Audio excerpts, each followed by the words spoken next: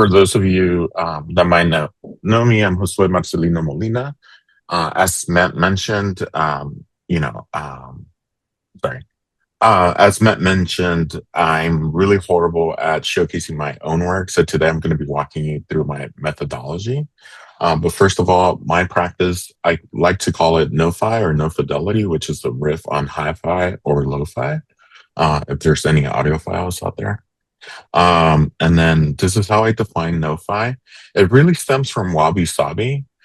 So this is important to me as someone who constantly jumps mediums from printmaking, photography, design, Eurocentric pedagogies to no pedagogies. So I think this is the methodology I use to create most of my work. I also try to incorporate it into my teaching. So it goes from play, make, print, play, maybe break something, repeat the process. Um, and the best way for me to demonstrate this is through this process of creating a risso scene. So I always start by sketching. I'm not a good sketcher, as you can probably see. So what I like to focus on is creating forms or creating, um, in a sense, a roadmap for myself. And then the next step is always having to make something with physically. So I grew up in a machine shop, and so being in the shop is always like part of that essence in my work. It doesn't matter if I'm creating a zine in this case or whatever it is. I always have to make something. So these are 10 sculptures I made, and then from there I kind of started to select some that were my favorite and broke some on purpose. Then I moved on to using some of them as printmaking tools, mark making tools, whatever you want to call them. And then from there, my background is photography. So then I also took some of them into the studio and photographed them by lighting them from underneath. So we get this clean white background and some shadows. And then from there, I took these images and abstracted them on a photo scanner or Xerox for those of us that remember Xerox. And then these are some of the abstractions I got from that experiment. And this is kind of all laid out on one table. So on the left, you can see the original images I took in the studio and how those were abstracted. And on the right, you can see how they started to become individual prints to go into the Risso book. The Risso zine book was drumleaf bound, and this is what it looked like. Hmm.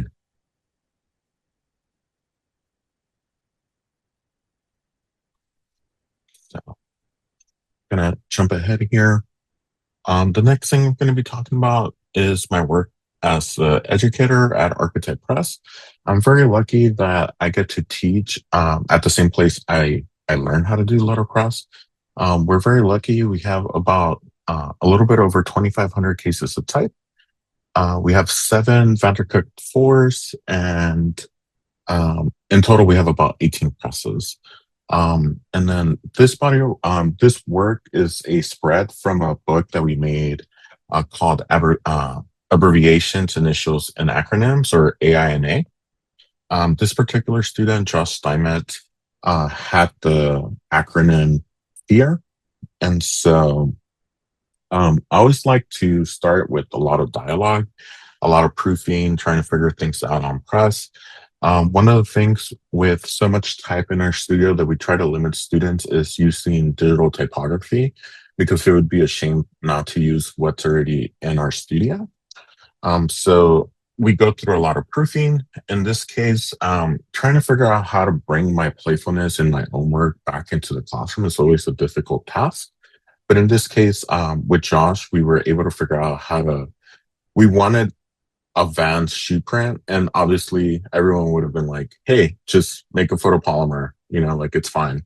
But no, we ended up deciding to make like a jig, as you can see on the bottom left photo, out of chipboard, where he was going to be able to place his foot every single time. And this is what the print ended up looking like.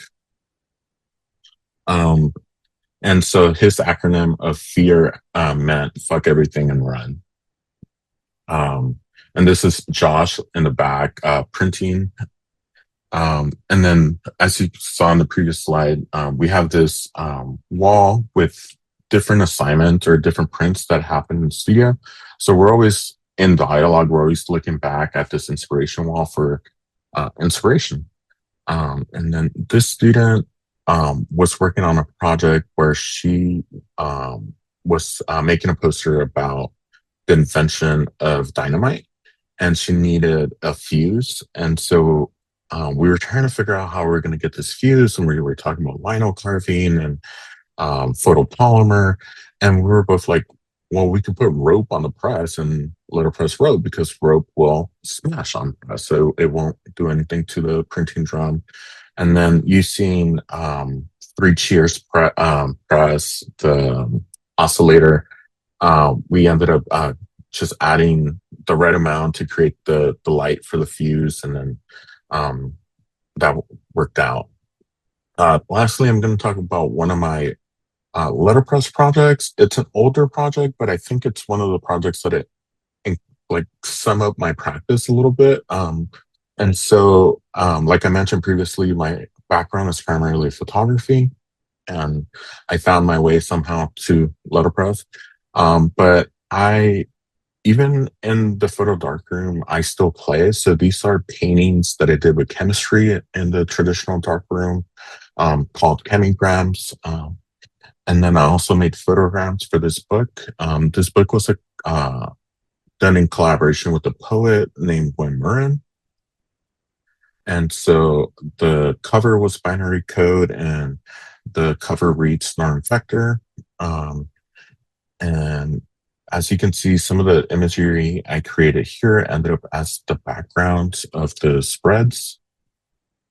And then these are the chemigrams, and then these are the photograms that ended up being the centerpiece, as well as some additional imagery. The last thing I want to touch upon is kind of going back to my roots of um, being a maker. And so one of the things I've also been kind of focusing and bringing into my class is how to create type when it's non-existent or like we're missing an S. And so I've been experimenting doing this either with laser cutting and 3D printing. So I also had the privilege of teaching a 3D printing type course at Ladies of Letterpress last summer. And so I'm a really strong advocate for owning your means of production. And so I think that this is also a value for both myself, the letterpress community, and my students as an alternative to wood type or type. The last thing I want to share with you again is my methodology. So play, make, print, play, maybe break something, hopefully not the wood type. But I invite all of you to take something away from this or use it and make your own work. Thank you for your time and for being here.